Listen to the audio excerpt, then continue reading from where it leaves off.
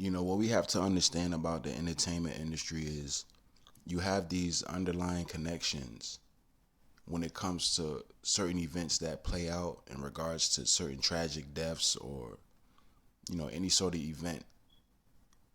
It's always, I'm not going to say always, but for the most part, you have these underlying connections that have something to do with that, in which it manifests from that.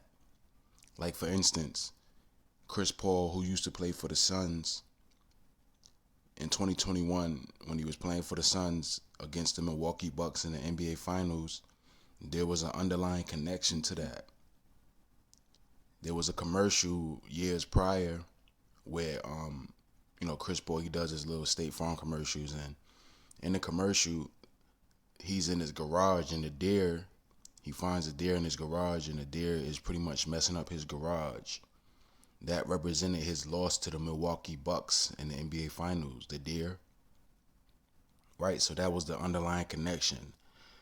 You can also call it predictive programming, but it also goes into the understanding of an underlying connection. Something that you could deem inobvious, but if you have, you know, a certain level of perception or understanding on a three-dimensional level, then you can pick up on it. So it's not necessarily inobvious, but it's inobvious in the grand scheme of things in which people they don't make these relevant connections. So with this, to me it's no different because the 49ers are in the Super Bowl for a reason, and I understand that the 49ers made the Super Bowl before this happened with Carl Weathers, but it's still relevant just in regards to the connection. So going into the understanding of Carl Weathers, we know he died at the age of 76. The number 76 represents the GOAT. The GOAT is also synonymous with the sun or the sun god, and sun god also is synonymous with Apollo. Apollo is the sun god. So the GOAT, the sun god, Apollo, pretty much all interchangeable in regards to what they represent esoterically, just going back to the pagan aspect. And when it comes to the entertainment industry, this is how it plays out because everything about the entertainment industry is pagan inspired based off of the worship of the pagan gods and the esoteric understanding, masonry, so on and so forth.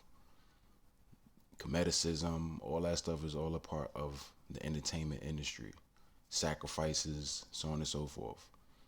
Especially for main events. I ain't gonna say especially, just in general. But when it comes to certain events, you always want to look out for certain things that take place prior to that event, such as this happening before the Super Bowl, where a guy that's connected to the sport dies. I know that he was also an actor, but he was a football player as well. He played for the Oakland Raiders. In Oakland, or the Raiders, they moved from Oakland to Las Vegas, and the Super Bowl is in Las Vegas. So it says he was born January 14th, 1948. 1 year before 1949. 49ers. He died, obviously, February 1st, 2024, in Los Angeles, in California, at the age of 76. Once again, represents the GOAT. Education, San Francisco State. That right there is key. San Francisco. That's key. That's the underlying connection. Right? He was an actor, just going through the years, active, his spouses. But just going into this, the number, he wore the number 49. He wore the number 49. Is that a coincidence? Remember the underlying connections. This took place in regards to, the news about his death. This takes place prior to the Super Bowl. For a reason. It's for a reason, man.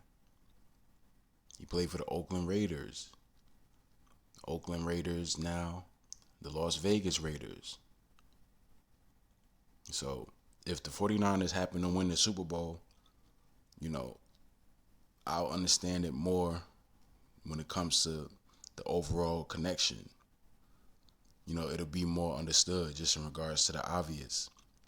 And even if they lose, this is still relevant because The 49ers happen to be in the Super Bowl, and this takes place before the Super Bowl. So this is kind of like an indicator.